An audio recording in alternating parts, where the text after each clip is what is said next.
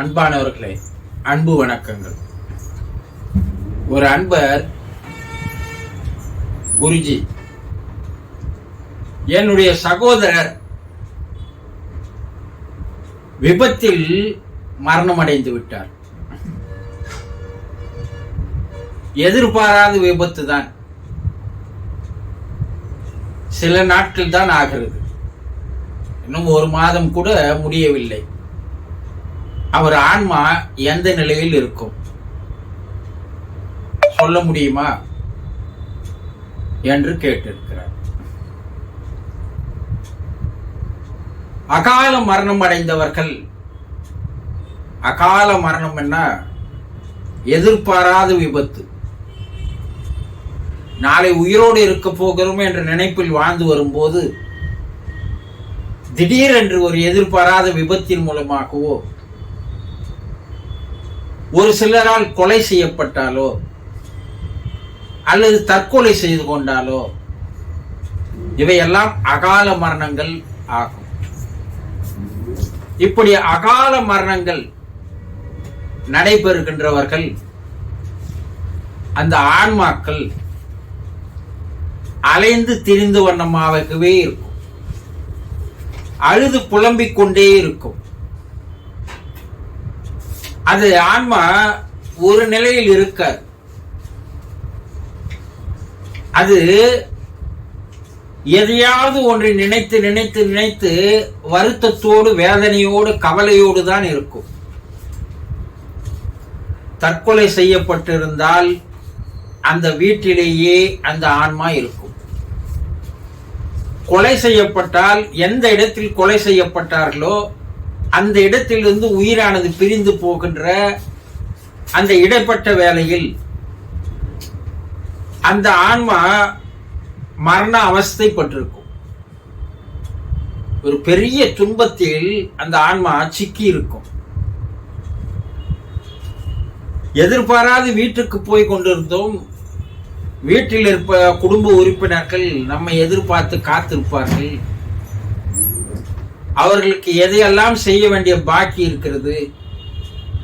பிள்ளைக்கு திருமணம் செய்து வைக்க வேண்டும், பெண்ணுக்கு திருமணம் செய்ய வேண்டும், வீடு கட்டி முடிக்க வேண்டும், நல்ல வேலையில் அமர்த்த வேண்டும், பெண்களை நல்ல பள்ளியில் கல்லூரியில் சேர்க்க வேண்டும். இப்படி பல கடமைகள் இருக்கிறது. அந்த கடமைகள் எல்லாம் தவிடு பொடியாக மாறி போயிடும். எதிர்பார்க்கவில்லை. 4-5 பேர் சூழ்ந்து கொண்டு நம்மை கத்தியால் குத்துவார்கள்.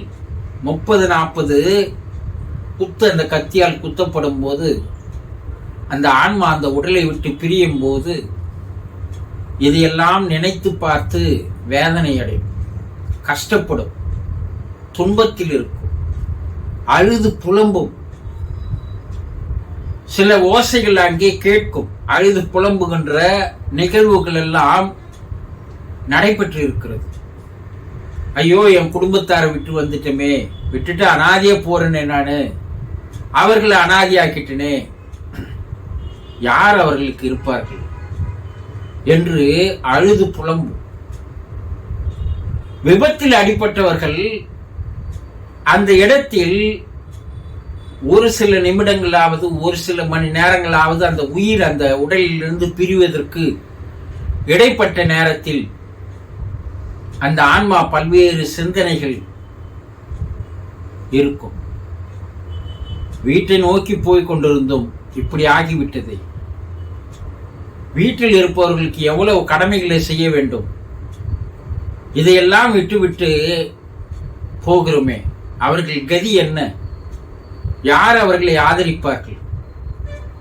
ஏன் எனக்கு மட்டும் இந்த சோதனை வந்தது? இப்படி அந்த இடத்தில் கூட அந்த ஆன்மா பெரும் துன்பத்தில் இருக்கும். இப்படி அகால மரணம் அடைப்பவர்கள், தற்கொலை செய்து கொண்டாலும் சரி, கொலை செய்யப்பட்டாலும் சரி, அல்லது விபத்தில் அடிபட்டாலும் சரி, அந்த ஆன்மாக்கள் அந்த இடத்தை விட்டு வெளியேறாது.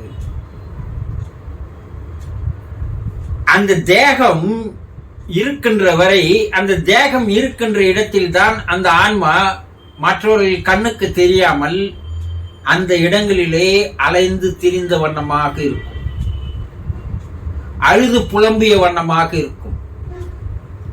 அந்த தேகத்தை எடுத்து சென்று அதற்கு ஈம சடங்கு செய்கிற வரை அந்த தேகத்தோடவே அந்த ஆன்மா கூட வரும். ஏனென்றால் அந்த உடலில் தான் இத்தனை ஆண்டுகள் வாழ்ந்து விட்டது இல்லையா? உடனடியாக அந்த உடலை விட்டு பிரிந்து போவதற்கு அந்த ஆன்மாவுக்கு மனம் வராது. உடனே பிரிவு என்பது ஏற்றுக்கொள்ள முடியாததாக அதற்கு இருக்கும். ஆகவே அந்த தேகத்தில் மறுபடியும் உள்ளே போய் விடலாமா, மறுபடியும் நமக்கு உயிர் வந்து விடுமா என்று நினைத்து அந்த தேகத்தோடவே அந்த ஆன்மா வரும். தேகம் சிதைந்து போயிருந்தால் அந்த ஆன்மா அந்த தேகத்துக்குள் வராமல் வெளியே அலைந்து திரிந்தவண்ண இருக்கும். ஒன்னு எரித்து விடுவார்கள் அல்லது புதைத்து விடுவார்கள்.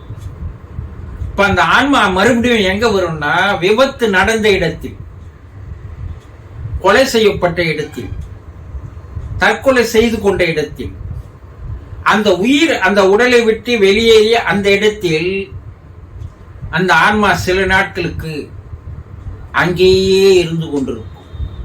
அலைந்த வண்ணமாக இருக்கும். வேதனையோடு, கவலையோடு, துன்பத்தோடு, துயரத்தோடு அவை அழுத வண்ணமாக இருக்கும்.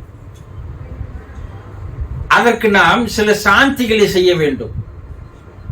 அப்படி செய்யும் போதுதான் அது அந்த இடத்தை விட்டு வெளியேறி போகும்.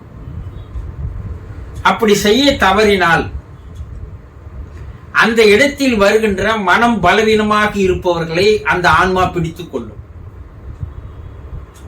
தன்னால் நிறைவேற்ற முடியாத சில காரியங்களை அந்த தியாகத்தை வைத்து நிறைவேற்றிக் கொள்ளும். இல்ல, அந்த பக்கம் வருபவர்களை விபத்திற்கு உள்ளாக்கவும் நேரிடும். இது மிக மிக மோசமான செயலாக அந்த ஆன்மாக்கள் செய்யும். குடும்பத்தில் தூக்கு போட்டுக் கொண்டிருந்தால் அந்த குடும்பத்தில் இருக்கின்ற மனம் பலவீனமானவர்களுடைய உடலிலே அந்த ஆன்மா போய் சேர்ந்து அவர்களை மனம் மேலும் பலவீனமாக்கி அவர்களையும் தற்கொலை செய்வதற்கு தூண்டும். இவையெல்லாம் பழிவாங்கும் குணத்தோடு செயல்படுகின்ற ஆன்மாக்கள். ஏனென்றால் எதிர்பாராது வாழ்க்கையை அனுபவிக்க முடியாமல் இடையிலேயே அந்த ஆன்மா வெளியேறிவிட்டதால் அதற்கு ஒரு பழிவாங்கும் குணம் தானாக வந்து விடுகிறது.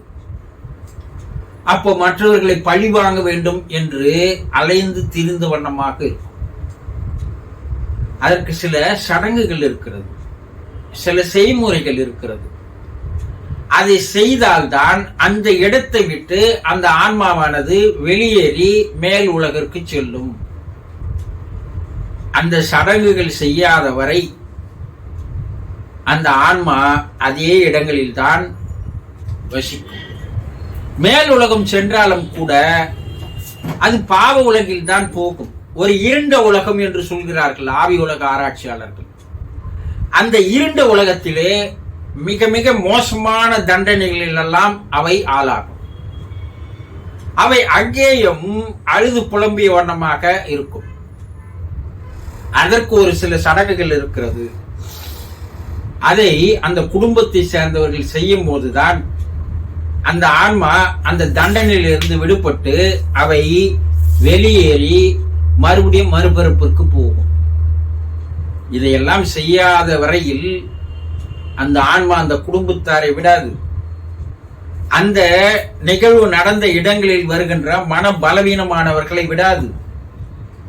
அது பழிவாங்கும் குணத்தோடு செயல்பட்டு கொண்டே இருக்கும்.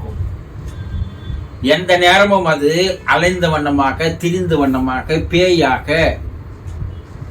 அழுது புலம்பிய வண்ணம் இருந்து கொண்டே இருக்கும். இந்த நிலை நீடிக்கும் பொழுது அந்த குடும்ப உறுப்பினர்களுக்கு எந்த ஒரு நல்ல காரியங்களையும் செய்ய விடாது.